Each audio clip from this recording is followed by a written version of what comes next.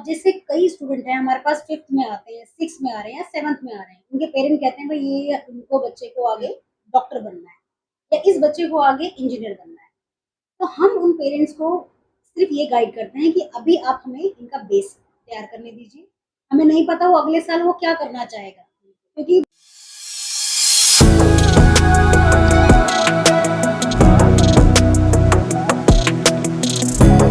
नमस्कार दोस्तों, बातें तेरी मेरी में आप लोगों का फिर से एक बार स्वागत है। मैं रीना, मैं ज्योत्सना फिर से आप लोगों के सामने लेकर आए हैं एक और न्यू सीरीज जो कि रिलेटेड है आपके, हमारे और हमारे सभी बच्चों के लिए, उनके फ्यूचर से रिलेटेड। बट उससे पहले हम सभी आप सभी का बहुत शुक्रिया करना चाहते हैं बिकॉज जो हमारी लास्ट वीडियो हमने डाली थी, जो हमने लास्ट वीडियो पोस्ट की थी न्यूमरोलॉजी और एस्ट्रोलॉजी को लेकर, तो आप सभी ने उसमें हमें भरपूर प्यार दिया है। तो आप सभी का रीना और मैं बहुत बहुत शुक्रिया करते हैं। एंड उसमें बहुत सारी रिक्वेस्ट भी हमारे पास आई है, ज्योत्सना बहुत रिक्वेस्ट आई है हमारे पास, और दोबारा से वो सीरीज लाने के लिए हमें बहुत लोगों ने बोला है, क्योंकि उनकी कुछ क्वेरीज रह गई हैं जो वो पूछना चाहते हैं। बहुत सारे कमेंट हमारे पास आए हैं, बहुत प्यार आप लोगों ने हमें दिया है। तो उन्हीं सभी को लेकर हम एक और न्यू सीरीज उसके ऊपर लेकर आने वाले हैं आपके एस्ट्रोलॉजी और न्यूरोलॉजी को से रिलेटेड। तो आप सभी से रिक्वेस्ट है, जो लोग हमारे चैनल पे न्यू है सो प्लीज हमारे चैनल को भी सब्सक्राइब कर दीजिए, और ये वीडियो तो डेफिनेटली आप लोगों को बहुत यूजफुल लगने वाली है। तो प्लीज अपने जितने भी दोस्त लोग हैं, आपके कनेक्शंस हैं, उन लोगों के तक जरूर शेयर कीजिएगा, क्योंकि आज का जो पॉडकास्ट है वो इसलिए बहुत ज्यादा इम्पोर्टेंट है क्योंकि सबसे ज्यादा वरिड हम किस लिए रहते हैं, हमारे बच्चों को लेकर।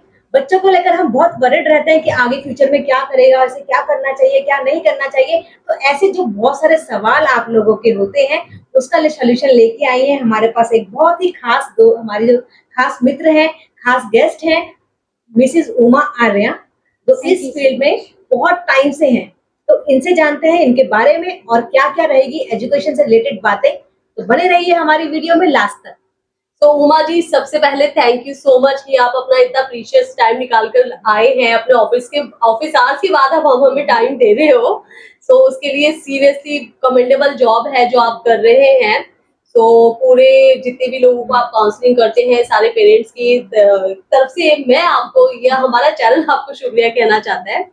सो वेल उमा जी, हमने सुना है आपको काफी टाइम हो गया है इस एजुकेशनल इंडस्ट्री में काउंसलिंग करते हुए, ऑलमोस्ट 1 डिकेड हो चुका है आपको।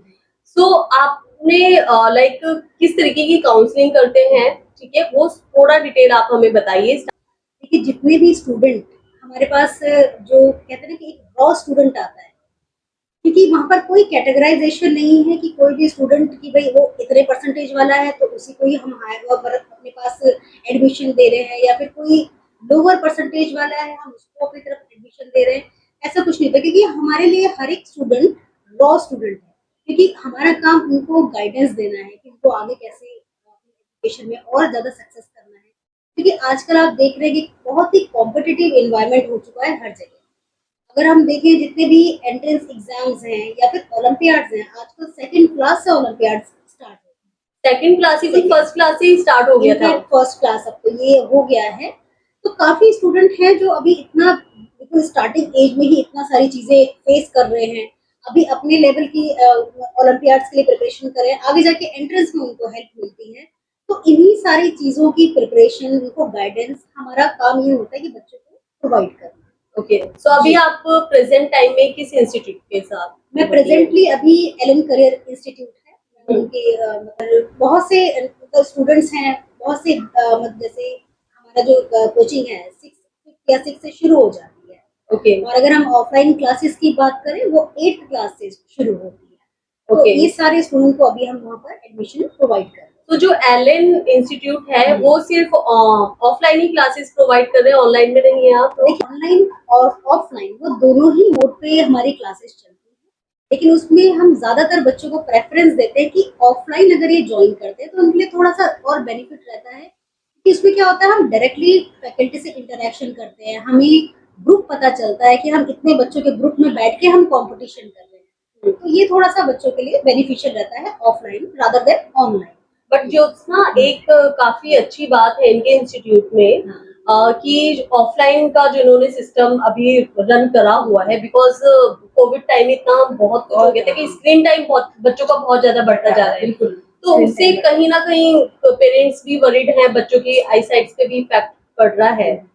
तो मैं ये आपसे जानना चाहेंगे सब व्यूवर्स की तरफ से कि आप स्टार्टिंग से बताइए कि स्टार्टिंग एज क्या होनी चाहिए, बच्चों को किस क्लास से आप लोग लेते हैं, वहाँ पर एडमिशन देते हैं, मतलब स्टार्टिंग क्या रहती है एक इंस्टीट्यूट में आने के लिए, बच्चों को क्या क्या चाहिए होता है, वो क्या प्रोसीजर रहता है, स्टार्टिंग से आप प्लीज देखिए, जो मैं अगर बिगिनर की बिल्कुल बात करूँ, जो बिल्कुल न्यू स्टूडेंट हम मतलब एडमिशन प्रोवाइड करते हैं जिन बच्चों को, तो अगर ऑनलाइन की बेसिस की बात करें, वैसे ऑनलाइन में ज़्यादा बच्चे इतना इन्वॉल्व नहीं होते हैं कंपैरेटिवली ऑफलाइन। ऑफलाइन की बात करें तो 8th क्लास सबसे बेस्ट क्लास होती है। 8, 9, 10, 11, 12 फिर 12 पास आउट, ये हमारी क्लासेस होती है जो प्रॉपर ऑफलाइन के लिए होनी चाहिए हर एक स्टूडेंट के लिए। ओके, उससे पहले की अगर हम बात करें तो ऑनलाइन प्लेटफॉर्म है इन बच्चों के लिए भी, जिसमें हमारे पास आवर्स थोड़े कम होते हैं, हम कम आवर्स के लिए बच्चों को प्रोवाइड करते हैं, क्योंकि जो छोटे बच्चे हैं उनका आना जाना कम्यूटिंग टाइम वो उतना नहीं दे सकते हैं छोटे बच्चे। तो Exactly. उनके लिए कहीं ना कहीं बेनिफिशियल रहता है कि हम थोड़ा ऑनलाइन उनके लिए हेल्प करते हैं। छोटे बच्चे मतलब कौन सी क्लास तक के आप लेते हैं? आप 5th से आप लेके चलिए, 5th 6 7 फिफ्थ से ही स्टार्टिंग है एलएन में। जी जी 5th से आप कर सकते हैं इसमें ज्वाइन हमें। और बेसिकली देखिए, हमारा मेन मोटिव है इनका बेस क्लियर करना। अगर देखा जाए सेम चीज स्कूल भी पढ़ा रहा है और सेम चीज हम भी पढ़ा रहे हैं, है ना, लेकिन हमारा जो स्कूल का जो लेवल है बेस वही रहेगा स्कूल का, लेकिन उसका थोड़ा सा अपर लेवल हमें पढ़ाना पड़ता है, क्योंकि हमें बच्चों को ओलंपियाड्स के लिए भी प्रिपेयर करना है। कि अभी 5th 6 7 8 9 10 तक की हम बात करें, वो सारा ओलंपियाड्स की प्रिपरेशन। अभी कहते हैं, हम बच्चों को ये समझाते हैं, अभी अपने लेवल के कंपटीशन के एग्जाम दोगे, कॉम्पिटिटिव लेवल के एग्जाम दोगे, तो आगे जाके जब ये बच्चे अपनी फील्ड ऑप्ट करेंगे, फॉर एग्जांपल नीट के लिए प्रिपरेशन करेंगे या जेईई मेन एडवांस के लिए, जो बीटेक के लिए बच्चे आगे प्रिपरेशन करते हैं, तो उसमें इन बच्चों को बहुत हेल्प मिलती है, क्योंकि उनका बेस 5th क्लास से बन रहा है। तो हमारा मेन मोटिव है कि अपना सब्जेक्टिव भी लेके चले और अपना ऑब्जेक्टिव भी लेके चले। तो एडमिशन के लिए क्या क्या रहता है, मतलब क्या प्रोसीजर रहता है आपके यहाँ पर ज्वाइन करना? देखिए, एडमिशन के लिए ऐसा रहता है, हम हर साल अपना एक नेशनल लेवल का एंट्रेंस एग्जाम हम बच्चों के लिए ओपन करते हैं। या जो भी बच्चा किसी भी कैटेगरी से हो, चाहे वो बिल्कुल लोअर कैटेगरी से है, चाहे वो बिल्कुल हायर कैटेगरी से है, हमारा मेन मोटिव रहता है हमें नॉलेजेबल बंदा बच्चा या फिर बहुत ही कहते हैं ना एकेडमिक बहुत अच्छा स्ट्रॉन्ग स्टूडेंट हमें चाहिए होता है। अब जो ये एग्जाम होता है हमारा एवरी ईयर, इसमें अप्रोक्स 2-2.5 लाख बच्चा एग्जाम अपियर करता है। ओके। अब जी, अब ये 2.5 लाख बच्चों में हम ऑल इंडिया लेवल पर रैंक देखते हैं कि कितना स्टूडेंट हमने, फॉर एग्जांपल 5th का बच्चा है, अब 5th का अप्रोक्स 1 लाख बच्चा 5th का था जिसने एग्जाम दिया। अब उन 5th का बच्चा उसने ऑल इंडिया रैंक, उन लाखों बच्चों को क्रॉस करके फर्स्ट सेकंड थर्ड फोर्थ में जो आ रहे हैं, वो हमारे लिए क्लीन स्टूडेंट होते हैं। हमें पता है कि उनका माइंड लेवल ऐसा है जिन्होंने बिना विदाउट एनी प्रिपरेशन हमारे एग्जाम में इतना अच्छा उन्होंने परफॉर्म किया है। तो हम उन बच्चों को कैश रिवॉर्ड्स भी प्रोवाइड करते हैं। ओके, बहुत अच्छा। अब वो जो कैश रिवॉर्ड होता है, कहने के लिए बच्चे छोटे बच्चे हैं, उनके लिए उस मनी का इतना वैल्यू नहीं होगा, लेकिन उनको एज ए रिवॉर्ड वो बच्चे अपने पास रखते हैं कि हमने एग्जाम दिया है तो ये रिवॉर्ड हमें मिला है। अदरवाइज वो मतलब हम चेक्स प्रोवाइड करते हैं बच्चों को कि अच्छा ये फर्स्ट रैंक का बच्चा है तो हमने इनको 10,000 दिया या 20,000, ऐसे कैटेगराइजेशन हमने इसमें रखा हुआ है। तो मैम, ये तो बात रही कि ऑल ओवर इंडिया में जो आप कॉम्पिटिटिव एग्जाम करते हैं, बट अगर मैं परसेंटेज वाइज देखो, जस्ट क्योंकि बिकॉज हर एक बच्चे का लेवल आईक्यू लेवल अच्छा होता है बहुत से बच्चों का, बट उनको वो एजुकेशन नहीं प्रोवाइड करा पाते because parents below poverty line में होते हैं, ट्यूशन एक्स्ट्रा नहीं दे सकते हैं। जस्ट आस्किंग की कैटेगरी वाइज अगर देखा जाए, बीपीएल की स्ट्रेंथ ज्यादा होती है या फिर एक हायर फाइनेंशियल जिनका स्ट्रॉन्ग है वो प्रोफाइल की फैमिलीज के बच्चे आते हैं? जी, एक्चुअली जो ये एग्जाम के बारे में बता रही हूँ, ये एग्जाम का नाम ही है स्कॉलरशिप एग्जाम। ओके। ठीक है, अगर वो बच्चा कोई बिल्कुल ही बहुत ही ईडब्ल्यूएस कैटेगरी का बच्चा अगर हमारे को एग्जाम दे रहा है, हमने उनको अप टू 90% तक का स्कॉलरशिप देना है। अब वो अपने नॉलेज से, क्या पता वो हमसे कम्प्लीटली 90% का स्कॉलरशिप ले ले, तो वो हमारे पास फ्री ऑफ कॉस्ट आ रहा होगा, है ना। तो वो सब कुछ नॉलेज के अकॉर्डिंगली है, वो जितना अच्छा एग्जाम क्लियर करेगा, फिर चाहे वो लोअर क्लास से हो या फिर वो अपर क्लास से, सब कुछ बेस ये स्कॉलरशिप टेस्ट है। तो कितने परसेंट के बच्चे आप लोग अगर जिसने क्रैक किया 40% या 50%, कितना परसेंट के बच्चों को आप एडमिशन देते हैं? कि इसमें हमने कोई कैटेगरी नहीं रखी है, क्योंकि हम एक एग्जाम की बेसिस पे किसी भी बच्चे को जज नहीं करते। ओके। क्योंकि जैसे मैंने पहले भी बताया, हमारे लिए हर एक बच्चा रॉ है ना। अब वो हमारा एग्जाम दे रहा है, हमने उस एग्जाम का लेवल बहुत डिफिकल्ट है, नेगेटिव मार्किंग है, ये बच्चे तो उनको पता ही नहीं है एग्जाम कैसे अटेम्प्ट करना है। हमने टाइम लिमिटेशन दे रखी है कि आपको 2 घंटे में इस एग्जाम को करना है। तो उसमें क्या होता है, अभी जो बच्चा, जैसा हमें सारे स्टूडेंट जो भी ये इस एग्जाम को दे रहे हैं, तो हमें पता रहता है कि कहीं ना कहीं वो बच्चा इंटरेस्टेड है, उसमें इतना कैलिबर है इस ऐसे एग्जाम को अटेम्प्ट करने का।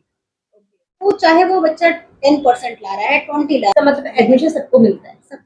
सबको मिलेगा, चाहे वो एंट्रेंस दे रहे हैं। एंट्रेंस का बेनिफिट ये हो जाएगा, नंबर्स अच्छे हैं तो स्कॉलरशिप मिल सकती है बच्चों को, तो कैश रिवॉर्ड मिलेगा और उनके फ्यूचर के लिए भी बहुत बेस्ट रहेगा।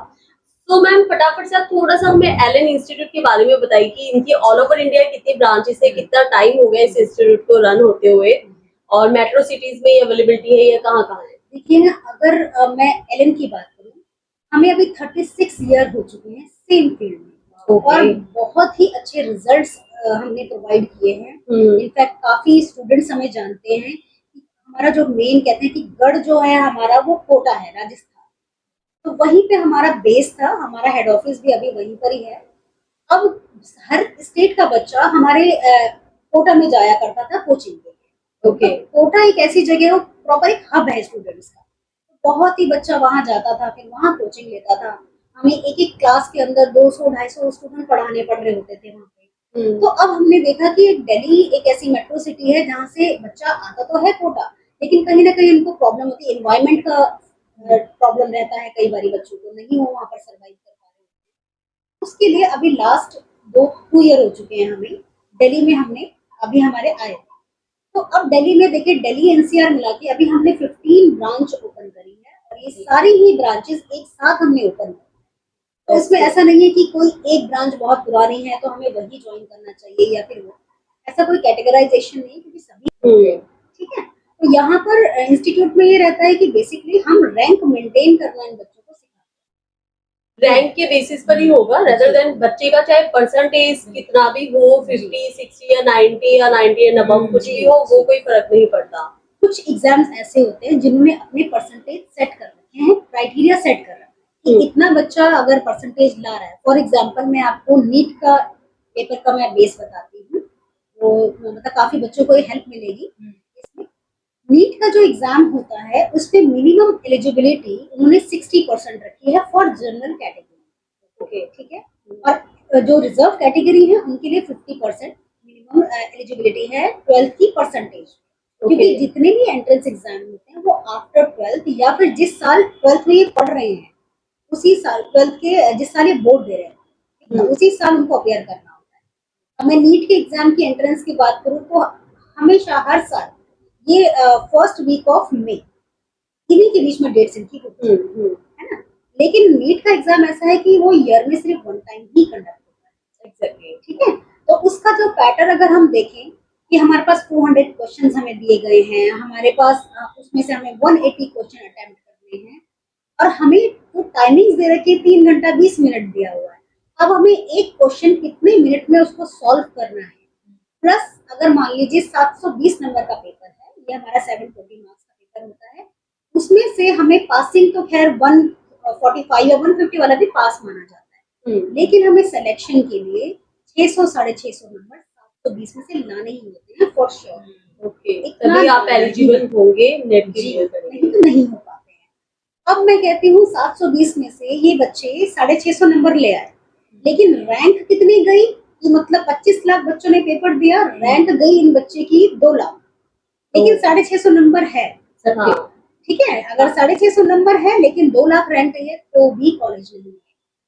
तो इसलिए हमारे लिए बट सो मैम, ये तो रही सारे एग्जाम्स की बात। अभी मुझे ये पूछना है कि आजकल के पेरेंट्स जो है उनकी एक्सपेक्टेशन बहुत ज्यादा होती है। हर एक बच्चे को हम चाहते हैं कि उसका फ्यूचर ब्राइट हो, बट ऐसे में कंपटीशन इतना सारा है, ओलंपियाड्स और कैंपेनिंग, तरह तरीके के एग्जाम्स हो रहे हैं, बच्चों का स्ट्रेस लेवल कैसे होता है? आपके सामने भी केसेस आते होंगे, तो उसके लिए आप क्या बताना चाहेंगे? देखिए, ये क्वेश्चन हमारे जैसे इंस्टीट्यूट में हम बहुत फेस करते हैं। बच्चा स्ट्रेस में है या फिर जब बच्चा पढ़ता जाता है, कई बारी टेस्ट हम कंडक्ट कर रहे हैं, कई बारी बहुत अच्छा परसेंटेज आ पा रहा है, कई बारी डाउनफॉल आ रहा है, क्योंकि ऐसा हम नहीं कहेंगे कि हमारे पास जो भी बच्चा आ रहा है वो हमेशा तो 100 आउट ऑफ 100 ला रहा है।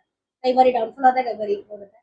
तो इसके लिए सबसे अच्छी मैं हर बच्चों को मैं यही बताना चाहती हूँ कि कभी भी जॉइन करें तो एक ऐसे ही ब्रांड को ही जॉइन करें, क्योंकि हम लोगों के पास साइकोलॉजिस्ट होते हैं। ओके, ठीक है?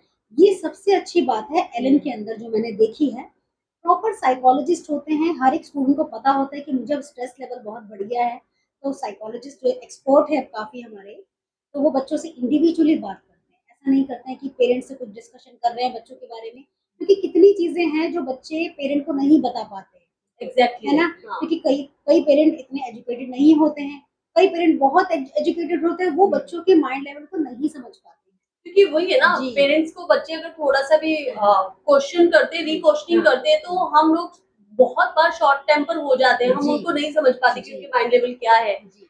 तो this is a very good thing कि अगर आप बहुत अच्छी एलन बात में जॉइन करते हैं, तो बच्चों का जो एक स्ट्रेस लेवल होता है, वो कहीं न कहीं दूर रहेगा एंड आपका बच्चा सेफ हैंड में, मेंटली भी, स्ट्रेस वाइज़ भी, जो भी है उसको स्ट्रेस हो रहा है, और रिजल्ट्स की तो बिल्कुल। बात मैम ने कर ही दी है।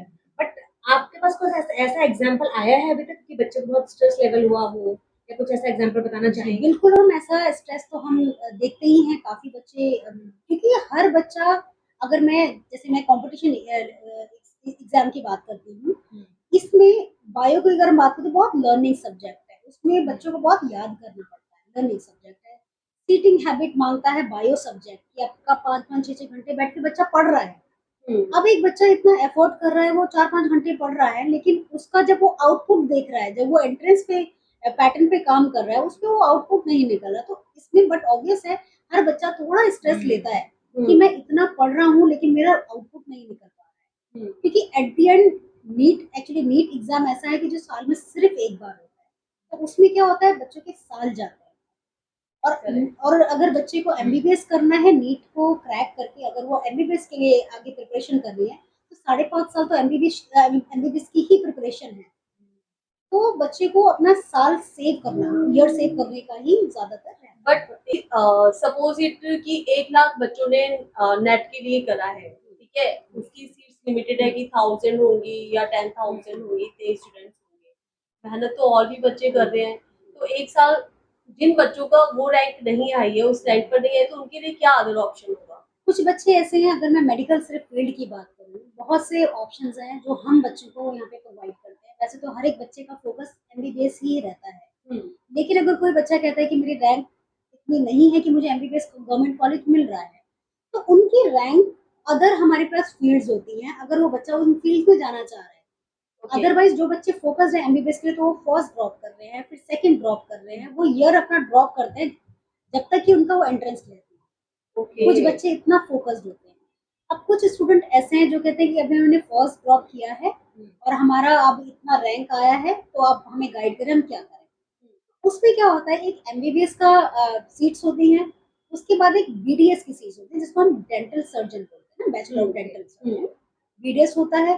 फिर उसके बाद और सीट्स होती है आपका, आपने सुना होगा न्यूरोलॉजी होता है, ऑर्थो होते हैं, इतने सारे कैटेगराइजेशन है मेडिकल के फील्ड के अंदर, फार्मेसी हो गई, तो और भी बहुत सारी कैटेगरी है जो कॉलेज रैंक डिसाइड करता है कि इतने रैंक वालों को हम ये कोर्स दे रहे हैं। ओके। इस तरीके से हम बच्चों को हम गाइड करते तो मतलब मैं वही बोलना चाह रही थी कि जब हमारा स्कूल टाइम था, जब हम छोटे थे, हमें तो पता तो ही नहीं था। मेरा तो हर साल चेंज होता था गोल कि मैं ये बनूंगी, अब मैं ये बन जाती।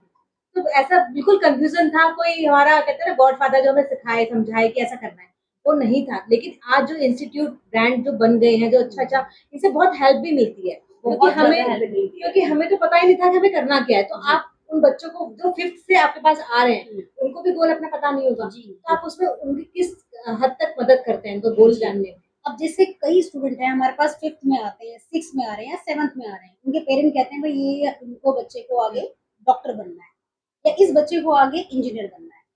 तो हम उन पेरेंट्स को सिर्फ ये गाइड करते हैं कि अभी आप हमें इनका बेस तैयार करने दीजिए, हमें नहीं पता वो अगले साल वो क्या करना चाहेगा, क्योंकि बच्चे का अभी 5th 6th 7th है, उनको अभी पेरेंट्स चाह रहे हैं कि वो डॉक्टर या इंजीनियर बने, यार बच्चे का फोकस हो सकता है, लेकिन जब वो पढ़ रहा है वो किस चीज में उसका फोकस ज्यादा आ रहा है वो हमें सब्जेक्ट वाइज बाद में पता चलता फिफ्थ और सिक्स है। का हाँ, बच्चा तो बहुत छोटा बहुत होता छोटा है, होता है। वो इतने बड़े इंस्टीट्यूट में, मतलब हम एक्सपेक्ट करते हैं कि हाँ, गली में ट्यूशन है, हाँ, सेंटर्स है, वहां पे हाँ, करा लो। इवन हम लोग भी अपने बच्चों को भी पढ़ाते हैं लेकिन ट्यूशन, बच्चे जा रहे हैं।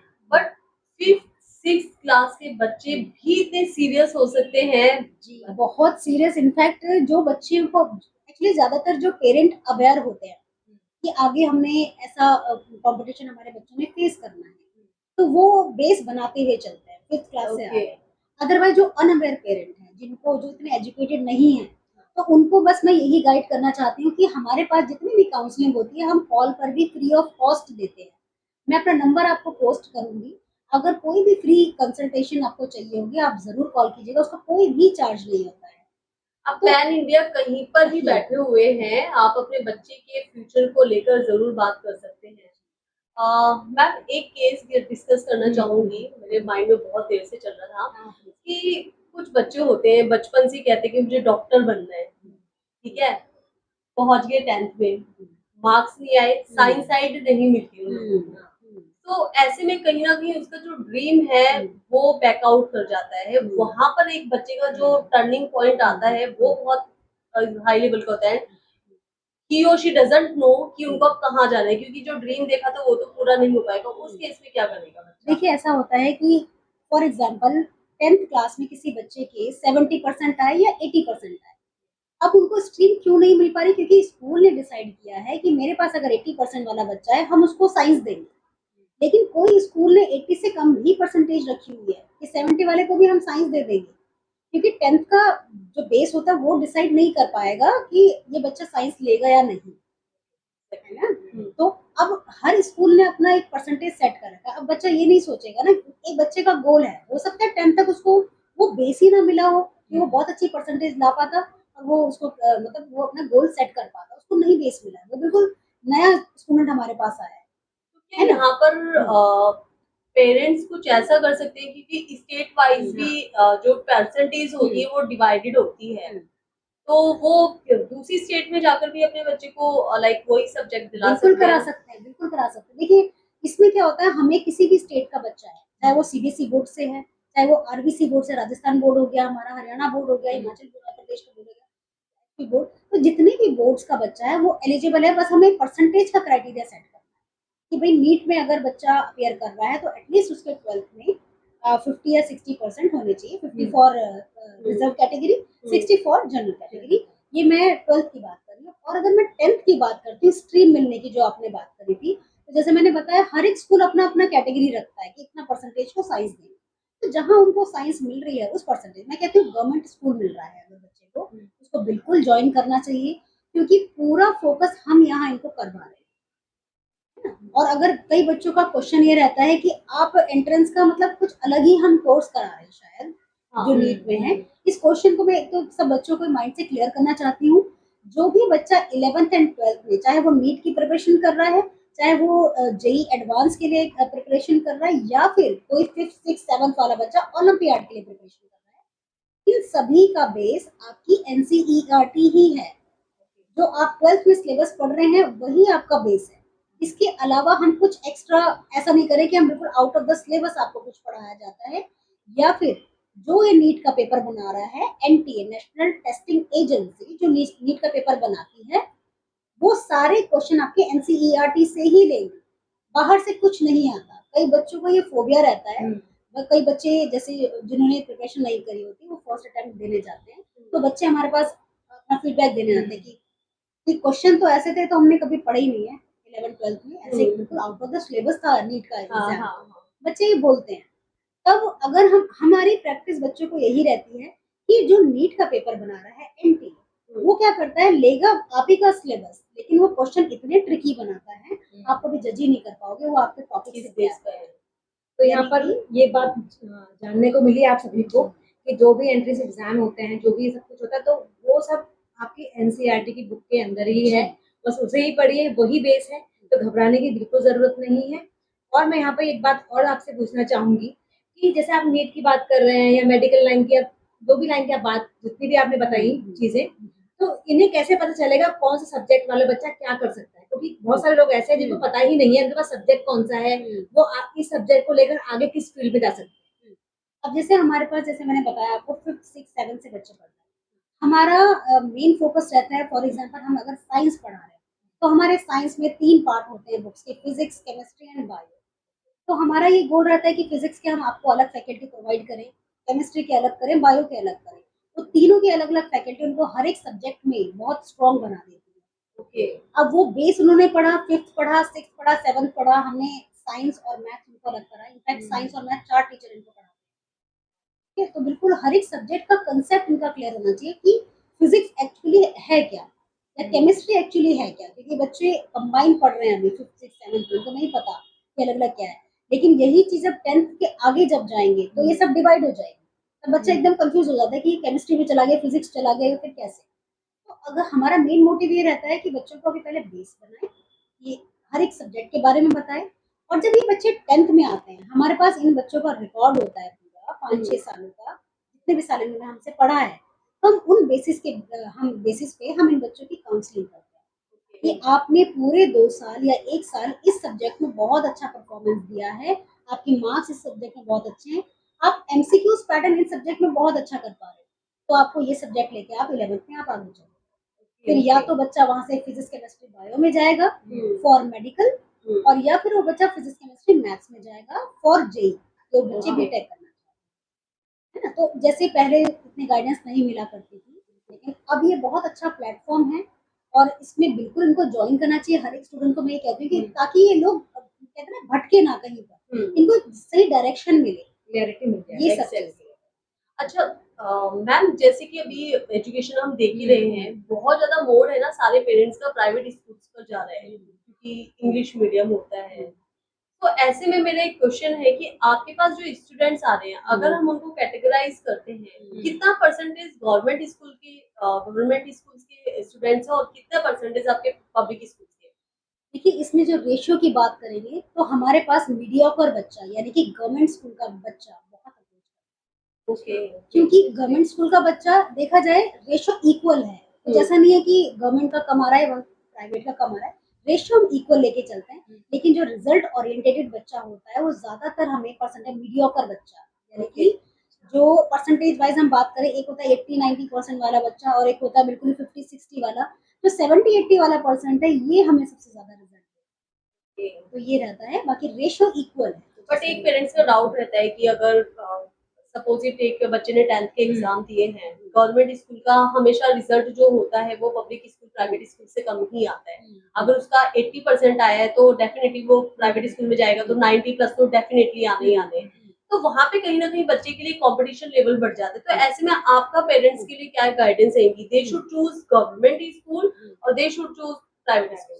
देखिए, चाहे बच्चा गवर्नमेंट में जा रहा है या फिर वो प्राइवेट में जा रहा है, eight the and entrance private वाले बच्चे ने भी देना है और गवर्नमेंट वाले बच्चे ने भी देना है। अब हमारे पास ऐसे एग्जांपल हैं कि प्राइवेट वाला बच्चा 90-95% ले आया है, लेकिन उसने एंट्रेंस क्रैक नहीं किया है। ठीक है? अब ऐसा हमारे पास एग्जांपल है कि गवर्नमेंट वाला बच्चा जिसने अपने गवर्नमेंट स्कूल में पढ़ा है, वो 70-75% वाला बच्चा है, उसने एंट्रेंस क्रैक कर दिया। तो मैं हर बच्चे को ये समझाना चाहती हूँ, कोई स्कूल कोई कुछ अभी इतना मैटर नहीं करता है। आप बिल्कुल अब ज्वाइन करें, स्कूल करें, लेकिन फोकस रखें एंट्रेंस पे अपना। और एंट्रेंस का बेस, जैसे मैं पहले भी बता चुकी हूँ, सीबीएसई है, एनसीईआरटी ही आपका बेस है। तो जो एंट्रेंस के लिए तैयारी कर रहा है, तो बट ऑब्वियस है कि उसका परसेंटेज बोर्ड का अपने आप अपर होगा, अपने आप अच्छा परसेंटेज जाएगा, प्लस वो एंट्रेंस भी क्लियर कर जाएगा। तो इसलिए स्कूल अभी इतना मैं नहीं बोलूंगी कि मैटर करता है। बहुत अच्छा, बहुत बड़ा डाउट क्लियर हो गया है। मतलब हम कोई बच्चे ये सोचते हैं, आजकल मैंने ये देखा है कि बच्चे सोचते हैं यार हम तो गवर्नमेंट स्कूल के हैं ना, हमें इतनी अच्छी इंग्लिश आती है, कॉन्फिडेंस लेवल बहुत डाउन हो है। जाता है। तो हम इसमें इतने बड़े इंस्टीट्यूट में जाएं या ना जाएं, बहुत डाउट रहता है हम लोगों को। तो ये बातें बहुत क्लियर, आज ये बात नहीं, बहुत सारी बातें क्लियर हुई हैं, आप लोगों को बहुत कुछ समझ में भी आया होगा। तो और कुछ ऐसी बात है, इंपॉर्टेंट बात है जो हमें समझ नहीं आ रही, पूछना आपसे, जो आप बताना चाहती हैं हमारे व्यूअर्स को? जी, मैं बिल्कुल बताना चाहती हूँ कि जो भी बच्चा 5th 6th 7th या फिर जो बिल्कुल स्टार्टिंग है जिनके स्कूल की, तो सबसे मैं मेन चीज़ बोलना चाहती हूँ, हर एक स्कूल आजकल ओलंपियाड्स कंडक्ट करता है। तो मैं हर एक पेरेंट को बोलना चाहूँगी कि अपने बच्चों को ओलंपियाड ज़रूर अपीयर कराएँ। स्कूल में जितने भी एकेडमिक आपकी काउंसलर्स होती हैं, वो ओलंपियाड के लिए आपको रजिस्टर करेंगी स्टूडेंट्स को, वो अपीयर ज़रूर कराएँ, चाहे उनकी प्रिपरेशन है या नहीं है। एक वो एक्सपोज़र जो बच्चों को मिलता है, वो इन बच्चों को मिलेगा। वो जो एक फ़ियर कंपटीशन होता है, की जो करेक्ट। फील होती है ना, जी। वो बच्चे के अंदर लाना बहुत ज़रूरी है, स्टार्टिंग अगर से, बच्चे को बिल्कुल, कुछ ना कुछ करना है। बिल्कुल। इस साल के नीट के एग्जाम तो निकल चुके हैं, तो अब आगे क्या बच्चों को करना चाहिए या फिर कैसे वो आगे प्रिपरेशन करें, जो भी आप बताना चाहें कुछ भी इम्पोर्टेंट बात। देखिए, जैसे मैंने पहले भी बच्चों को बताया है कि हमारा जो नेशनल लेवल का एग्ज़ाम हम बच्चों के लिए कंडक्ट करते हैं, इस साल अक्टूबर में होने वाला है और वो साल में सिर्फ़ एक ही बार होता है। इस एग्ज़ाम को अगर आप अपीयर करते हैं, जैसे मैंने बताया कि हम जो कैश रिवॉर्ड्स प्रोवाइड कर रहे हैं या फिर बच्चे फ्री शिप में भी हमारे पास पढ़ सकते हैं, तो यही एक अपॉर्च्युनिटी है इनके पास, जो अक्टूबर में हमारा एग्ज़ाम होगा उसके लिए। और वो एग्ज़ाम की क्या-क्या मतलब टॉपिक्स रहेंगे, क्या एग्ज़ाम का पैटर्न रहेगा, उसके लिए मैं आपसे लिंक शेयर कर देंगे हम इनसे, तो एक बार उसको गो थ्रू कर लीजिएगा। तो 5th क्लास से लेकर हम 10th क्लास तक के बच्चों को ये अपॉर्च्युनिटी देते हैं कि हमारे इस एग्ज़ाम को अपीयर करें और अपना अच्छे से अच्छा स्कॉलरशिप लेके हमें जॉइन करें। प्लस जो हमारे बहुत से बच्चों की एक क्वेरी रहती है कि मैम हम जो भी अपडेट आ रहा है, जितने हमारे नीट के स्टूडेंट हैं या हमारे जेईई एडवांस जो बीटेक करना चाह रहे हैं बच्चे, उनके स्टूडेंट हैं, वो बोलते हैं कि मैम हर साल हमें अपडेट कैसे मिलेगा? कि हमारी अभी एलिजिबिलिटी कितनी रखी हुई है इन्होंने या फिर कई बारी कैटेगराइज़ेशन होता है, जैसे रिज़र्व कैटेगरी के लिए इतना सीट है, जनरल के लिए इतना सीट है, ये अपडेट हमें कहाँ से पता चलेगा? तो बच्चे क्या करते हैं, गूगल करते हैं। वहाँ पे सर्च करते हैं। अब गूगल में क्या होता है कि बहुत सी साइट्स ओपन हो जाती हैं। तो मैं हर एक स्टूडेंट को ये गाइड करना चाहूँगी कि किसी भी साइट पे एकदम से बिलीव मत करिए। मैं एक साइट आपको बता रही हूँ, जो एनटीए के थ्रू ही जिसमें अपडेट आता है। जैसे नीट के लिए जो बच्चा नीट के लिए जाना चाह रहा है, तो वो नीट बुलेटिन लिखेगा, जो एनटीए बुलेटिन अपडेट करता है। सेम ऐसे ही जेईई के लिए जेईई का बुलेटिन होता है, जो हमारी एनटीए की ही वेबसाइट में मिलता है। तो आप उसको हमेशा पढ़िएगा कि उसमें अभी का एट प्रेज़ेंट जो लेटेस्ट अपडेट क्या है। तो किसी अदर वेबसाइट में ना जाके अपनी गलत इन्फॉर्मेशन अपना गेन मत कीजिए। तो आप सीधा एनटीए की साइट पे जाइए, अपनी बुलेटिन पढ़िए, नीट बुलेटिन, जेईई बुलेटिन, जिसमें आपको अभी तक का अपडेट मिल जाएगा। तो ये अपकमिंग जी, स्कॉलरशिप आने वाली है, जी, सो स्टूडेंट्स अपॉर्चुनिटी ग्रैब करने का बहुत अच्छा मौका है। सो डिटेल्स वगैरह सारी जैसे कि पहले बता चुके हैं, डिस्क्रिप्शन में मेंशन है, तो आप कनेक्ट कर सकते हैं, डायरेक्टली मैम को भी कनेक्ट कर सकते हैं। तो मैम आज मतलब आपसे बात करके मुझे इतना अच्छा फील हो रहा है, मुझे मेरे बच्चों का फ्यूचर ब्राइट नज़र आ रहा है बहुत कि रिलैक्स लग रहा है, मतलब काफ़ी एग्ज़ैक्टली। क्वेश्चन के मैं आज जवाब मिल गए हैं, आंसर और मिले हैं। साथ में आप लोगों के भी क्वेश्चंस के आंसर मिल गए होंगे, और जिन लोगों को अभी भी स्टिल बहुत सारे डाउट्स हैं, तो कमेंट बॉक्स में आप कमेंट करके पूछ सकते हैं, ठीक है? मैम की पूरी डिटेल, इंस्टीट्यूट की पूरी डिटेल्स आपको डिस्क्रिप्शन में बॉक्स में मिल जाएगा, ठीक है? बाकी आप कमेंट कर सकते हैं, आपको और भी काउंसलिंग चाहिए किसी और सब्जेक्ट से रिलेटेड या किसी भी तरीके की, तो आप कमेंट बॉक्स में कमेंट करके ज़रूर पूछिए। क्योंकि ये जो क्वेश्चन है एजुकेशन रिलेटेड, ये डाउट कभी खत्म ही नहीं होंगे पेरेंट्स की, क्योंकि उनको अपने बच्चे के लिए बहुत ही अच्छा सुनहरा ब्राइट फ्यूचर चाहिए। तो ये क्वेश्चन तो आप लोगों के चलेंगे, तो इसलिए मैम का नंबर, इनकी वेबसाइट, जो भी इनका डिटेल होंगी आपको मिल जाएंगी। और जैसे मैम ने कहा कि पूछने के लिए, फोन करने के कोई चार्जेस नहीं देने पड़ेंगे आपको, तो दिल खोल कर आप फोन करिए, दिल खोल कर आप अपने क्वेश्चन सामने रख सकते हैं, तो बिल्कुल भी घबराइएगा नहीं। और साथ में बच्चों का भी स्ट्रेस दूर कीजिए और अपना भी स्ट्रेस लेवल थोड़ा-सा कम रखिए। बच्चों के बैग इतने भारी हैं, उनका सारे सब्जेक्ट की बुक्स एक साथ ले आनी पड़ती है, जी। तो उनके मेंटल स्ट्रेस कितना है, हम तो खुद देख के अभी खुद लाइव देख रहे हैं। देखिए, सबसे मेन चीज़ एक है जो हम बोलते हैं स्ट्रेस, जो बच्चों को आजकल हो रहा है। उसका एक सिंपल सा रीज़न है कि बच्चों का टाइम मैनेजमेंट सही नहीं है। अगर बच्चों का टाइम मैनेजमेंट सही होगा, तो वो स्ट्रेस लेवल ऑटोमैटिकली कम होगा। उसके लिए कुछ गाइड करेंगे आप? उसके लिए जैसे जो भी बच्चे हमारे पास इंस्टीट्यूट में आते हैं, जैसे मैंने बताया साइकोलॉजिस्ट से मिलते हैं, वो इनका टाइम शेड्यूल बनाते हैं कि ओके। आप इस तरीके से इस टाइमिंग में आपका स्कूल का टाइमिंग कितना है, सुबह उठने का टाइमिंग कितना है या फिर जो स्कूल के बाद का टाइम आपका बचता है, उसमें आपको क्या करना है। और उसके बाद हम ये नहीं कहते कि बच्चा हमेशा पढ़ता रहे, आपको एक्स्ट्रा एक्टिविटी भी करनी है अगर किसी में इंटरेस्ट है बच्चों का, तो उसके लिए भी बच्चों को टाइम निकालना है। और सबसे इम्पोर्टेंट कि स्टडी को कितने आवर्स देने हैं, कितने घंटे इन बच्चों को बैठ के पढ़ना है। क्योंकि और एक चीज होती है, कहते हैं उसको रीडिंग बिटवीन द लाइन, उसको बोलते हैं कि आपने कभी देखा होगा कि कुछ बच्चे हैं जो 2-3 घंटे में ऐसा कुछ पढ़ लेते हैं जो 1 घंटे वाला बच्चा कर लेता है। 3 घंटे वाला बच्चा भी वही आउटपुट दे रहा है, वही 1 घंटे वाला बच्चा आउटपुट दे रहा है। आपने एग्जैक्टली। ये देखा होगा। हाँ। तो इनको वो 1 घंटे वाला ऐसा क्या पढ़ रहा है, वो एग्ज़ैक्टली हम इनको सिखाते ओके, हैं, तो है ना? बहुत अच्छा पॉइंट। कि ऐसा ना हो कि बिल्कुल कहते हैं ना कि किताबी कीड़ा बन गया, हम 3-4 घंटे बैठ के पढ़ रहे हैं, लेकिन आउटपुट तुम्हें मिला ही नहीं। बट एक प्रॉब्लम आजकल की क्या होती है जी। मैम, क्योंकि जी। पेरेंट्स क्या होते हैं, मतलब मैं भी उनमें से शायद एक हूँ, क्योंकि हम लोगों को लगता है कि आज की जो एजुकेशन हो गई है ना, सिर्फ पैसा फेक तमाशा देख वाली बात हो गई है। हर एक चीज में पैसा चाहिए ही चाहिए, ठीक है, फाइनेंशियली स्ट्रांग होना चाहिए। तो कहीं ना कहीं ये चीज भी पेरेंट्स के माइंड में रहती है कि इसीलिए वो कभी ट्यूशंस करा रहे हैं, कभी कुछ करा रहे हैं।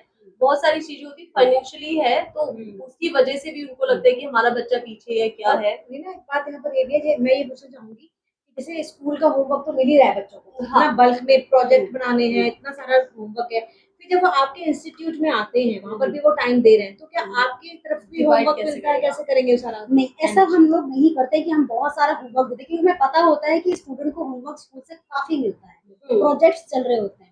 तो हम जो क्लास में जो पढ़ाया जाता है, उसी के ही असाइनमेंट बच्चों को देते हैं, ताकि वो उसको रिवीज़न कर पाएँ, है ना? तो उससे क्या होता है कि जो बच्चों ने अभी हम पढ़ा है यहाँ पर, हम बीच में हमेशा अल्टरनेट डेज़ में क्लास देते हैं। ओके, आज जो पढ़ा है, कल के लिए गैप है आपके पास, कल आपको इंस्टीट्यूट नहीं आना है, तो उसको रिवाइज़ कर लेंगे उस टाइम पे। ओके, और फिर ये जो अल्टरनेट डेज़ हमने रखा है, कई इंस्टीट्यूट क्या होते हैं, लगातार पढ़ाते हैं। 4 डेज 5 डेज जी। लगातार रहता अब है। पेरेंट हमें बोलते हैं कि वो इंस्टीट्यूट तो लगातार पढ़ा रहा है, आप तो अल्टरनेट डेज़ में आप 3 दिन की क्लास ले रहे हो या 4 दिन की क्लास। तो इसीलिए मैं हर एक पेरेंट को फिर बोल रही हूँ कि एक ब्रांडेड जगह पे आप जाएँगे पढ़ाने अपने बच्चे को, तो वो बताएँगे रीज़न कि क्यों 3 दिन और क्यों 4 दिन। हुँ, हमारे पास भी फैकल्टी है, पूल ऑफ फैकल्टी है, बहुत फैकल्टी है, वो हम रेगुलर पढ़ा सकते हैं। ओके। लेकिन कहते हैं ना कि सिर्फ खाना ही ज़रूरी नहीं है, उसका आउटपुट भी तो चाहिए कि हम खाए जा रहे हैं, उसका उसका रिज़ल्ट क्या रहा? उसको गैप भी तो चाहिए, रिवीज़न जब तक नहीं होगी तब तक आउटपुट नहीं निकलेगा। यहाँ पर ये चीज़ क्लियर हो जाएगी कि अगर इंस्टीट्यूट वहाँ पर बच्चे के लिए गैप दे रहा है, वो रेगुलर नहीं दे रहा है, तो आप ये मत समझिए कि इंस्टीट्यूट पढ़ा नहीं रहा आपके बच्चे को। इंस्टीट्यूट आपके बच्चे को पढ़ा रहा है, बट उसके स्ट्रेस को भी देखते हुए उसको टाइम गैपिंग भी दे रहा है। तो रीना आज बहुत जानकारी हमें मिल गई है, मतलब बहुत रिलैक्स कुछ। फील हो रहा है। हाँ। तो all thanks to Uma ma'am. Uma ma'am, thank you so much कि जो एलन इंस्टीट्यूट है उसका भी बहुत बहुत धन्यवाद हम करना चाहेंगे, जो इतना अच्छा एजुकेशन प्रोवाइड कर रहे हैं, साथ में काउंसलर भी प्रोवाइड कर रहे हैं बच्चों के स्ट्रेस लेवल के लिए रिलीज करने के लिए। तो Uma ma'am, thank you so thank much. You so much. आज की जो भी आप लोग की काउंसलिंग हमारे व्यूअर्स के लिए थी, होपफुली आप लोगों को ये पॉडकास्ट बहुत अच्छा लगा होगा। तो एंड में हम यही कहना चाहेंगे, ज्योत्सना, मैं बस एंड में आपको ये कहना चाहती हूँ, आपको बहुत नॉलेज यहाँ से मिली होगी, लेकिन बहुत सारी नॉलेज रह गई होगी, तो आप कॉल करिए, इनसे पता करिए, और इनका जो आप हर जगह अलग-अलग जगह से देख रहे होंगे, तो आपको ये भी जानना होगा कि कहाँ-कहाँ ब्रांचेस हैं, क्या-क्या है, तो सब आपको नॉलेज मिल जाएगी। तो ये आपने वीडियो सिर्फ अपने तक नहीं रखना, क्योंकि ये बहुत इंपॉर्टेंट वीडियो है। इसको आपको शेयर करना है, हमारे लिए नहीं, उन बच्चों के करियर के लिए जो चाहते हैं ग्रोथ करना लाइफ में, पर उनको गाइडेंस नहीं मिल रही है। तो ज़्यादा से ज़्यादा इस वीडियो को शेयर करिए, लाइक करिए। जिन्होंने अभी तक सब्सक्राइब नहीं करा है, वो ज़रूर हमारे चैनल को सब्सक्राइब कर लें। बस कुछ नहीं करना, बेल आइकन को प्रेस कर देना है, सब्सक्राइब हो जाएगा, नोटिफिकेशन आप लोगों को मिलता रहेगा।